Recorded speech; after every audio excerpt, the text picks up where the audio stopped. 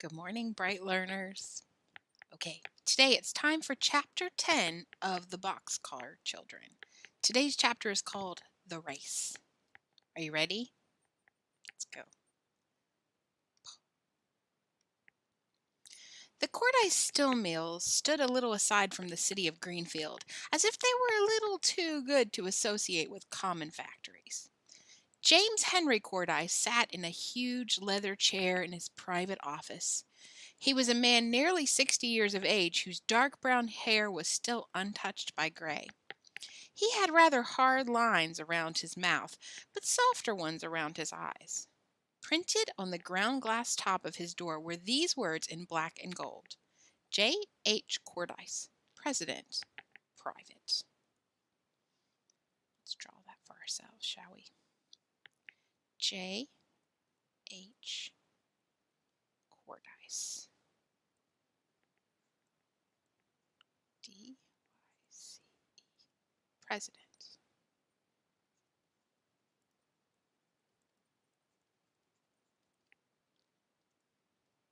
Once a year, J.H. Cordis allowed himself a holiday. If he had a weakness, it was for healthy boys. Boys running without their hats, boys jumping, boys throwing rings, boys swimming, boys vaulting with a long pole. And in company with 3 other extremely rich men, he arranged, once a year, a field day for the town of Intervale. The men attended it in person and supplied all the money. This was field day. All through the spring and early summer months, boys were in training for miles around, getting ready for Intervale's field day. And not only boys, but men also, old and young, and girls of all ages into the bargain. Prizes were offered for tennis, baseball, rowing, swimming, running, and every imaginable type of athletic feat.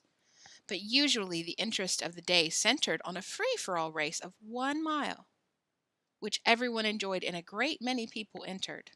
A prize of $25 was offered to the winner of this race, and also a silver trophy cup with little wings on its handles. Sometimes this cup was won by a middle-aged man, sometimes by a girl, and sometimes by a trained athlete. Mr. Cordyce smiled about his eyes as he closed his desk, ordered his limousine, and went out and locked the door of his office. The mill had been closed down for the day. Everyone attended field day. Henry was washing the concrete drive at Dr. McAllister's at this moment. He heard the doctor call to him from the road, so he promptly turned off the hose and ran out to see what it was he wanted. "Hop in," commanded the doctor, not stopping his engine. "You ought to see the stunts in the athletic meet. It's field day." Henry did not wish to delay the doctor, so he hopped in. "Can't go myself," said Dr. McAllister. "I'll just drop you at the grounds. There's no charge for admittance. You can watch all the events and report to me who wins." Henry tried to explain to his friend that he ought to be working, but there was actually no time. And when he found himself seated on the bleachers and the stunts began, he forgot everything in the world except the exciting events before his eyes. Henry had no pencil, but he had an excellent memory. He repeated over and over the name of each winner as it appeared on the huge signboard. It was nearly 11 o'clock when the free-for-all running race was announced. "What do they mean, free-for-all?" asked Henry of a small boy at his side. "Why, just anybody," explained the boy curiously. "Didn't you ever see one? Didn't you see the one last year?" "No," said Henry. The boy laughed. "That was a funny one," he said. "There was a college runner in it and a couple of fat men and some girls. Lots of people. And that little colored boy over there won it. You just ought to have seen that boy run. He went so fast you couldn't even see his legs. Beat the college runner, you know." Henry gazed at the winner of last year's race. He was smaller than Henry, but apparently older. In a few minutes, Henry had quietly left his place on the bleachers. When the boy turned to speak to him again, he was gone. He had gone, in fact, to the dressing room, where boys of all sizes were putting on sandals and running trunks. A man stepped up to him quickly. "Want to enter?" he said. "No time to waste." "Yes," replied Henry. The man tossed in a pair of white shoes and some blue trunks. He liked the look of Henry's face as he paused to ask in an undertone, "Where did you train?" "Never trained," replied Henry. I suppose you know how these fellows have been training all the year, observed the man. You don't expect to win. Oh, no, replied Henry, apparently shocked at the idea. But it's lots of fun to run, you know. He was dressed and ready by this time. How light he felt!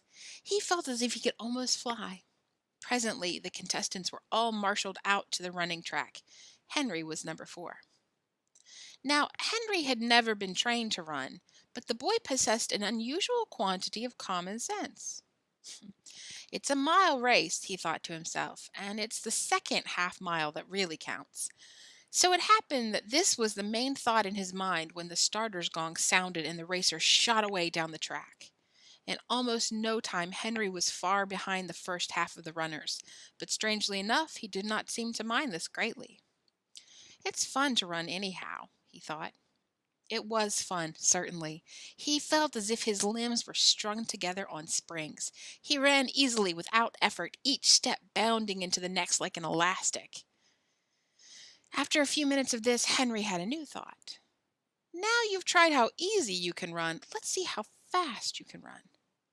And then not only Henry himself, but the enormous crowd as well began to see how fast he could run. Slowly he gained on the fellow ahead of him and passed him. With the next fellow as a goal, he gradually crept alongside and passed him with a spurt. The crowd shouted itself hoarse. The field all along the course was black with people. Henry could hear them cheering for number 4 as he pounded by. 6 runners remained ahead of him. Here was the kind of race the crowd loved. Not an easily won affair between 2 runners, but a gradual victory between the best runner and overpowering odds. Henry could see the finish flag now in the distance. He began to spurt. He passed numbers 14 and 3. He passed 25, 6, and 1 almost in a bunch. Number 16 remained ahead. Then Henry began to think of winning. How much the $25 prize would mean to Jessie and the rest. Number 16 must be passed. I am going to win this race, he said quietly in his own mind. I'll bet you I am. The thought lent him speed. Number 4! Number 4! Yelled the crowd. Henry did not know that the fellow ahead had been ahead all the way, and just because he, Henry, had slowly gained over them all, the crowd loved him best. Henry waited until he could have touched him. He was within 3 yards of the wire. He bent double and put all of his energy into the last elastic bound. He passed number 16 and shot under the wire. Then the crowd went wild. It scrambled over and under the fence, cheering and blowing horns. Woo!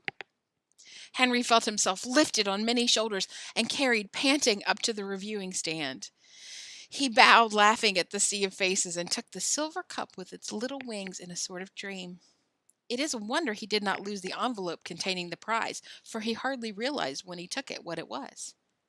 Then somebody said, "What's your name, boy?" That called him to earth. He had to think quickly under cover of getting his breath. "Henry James," he replied.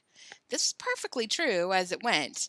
In a moment the enormous signboard flashed out the name, Henry James, number 4, age 13, winner of the free-for-all. Meanwhile, the man of the dressing room was busy locating Mr. Cordis of the Cordis Mills. He knew that this was exactly the kind of story that old James Henry would like. "Yes, sir," he said, smiling. "I says to him, 'You don't expect to win, of course.' And he says to me, 'Oh, no, but it's lots of fun to run, you know.'" "Thank you, sir," replied Mr. Cordis. "That's a good story. Bring the youngster over here if you don't mind." When Henry appeared, a trifle shaken out of his daze and anxious only to get away, Mr. Cordis stretched out his hand. "I like your spirit, boy," he said. "I like your running, too, but it's your spirit that I like best. Don't ever lose that." "Thank you," said Henry, shaking his hands. And there was only one in the whole crowd who knew who was shaking hands with whom, least of all James Henry and Henry James. All right, let's draw Henry's prize, shall we? It's a silver cup. And it's got wings. Why do you think it has wings on the sides?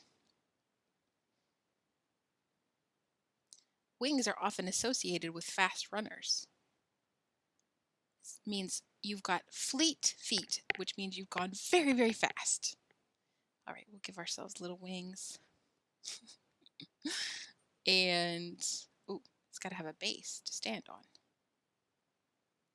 There it goes. We'll make that black at the bottom. Ha. And a number 1, because he is first in the free-for-all. Oh, there it is. All right, next time it's chapter 11, more education. See you later, bright learners.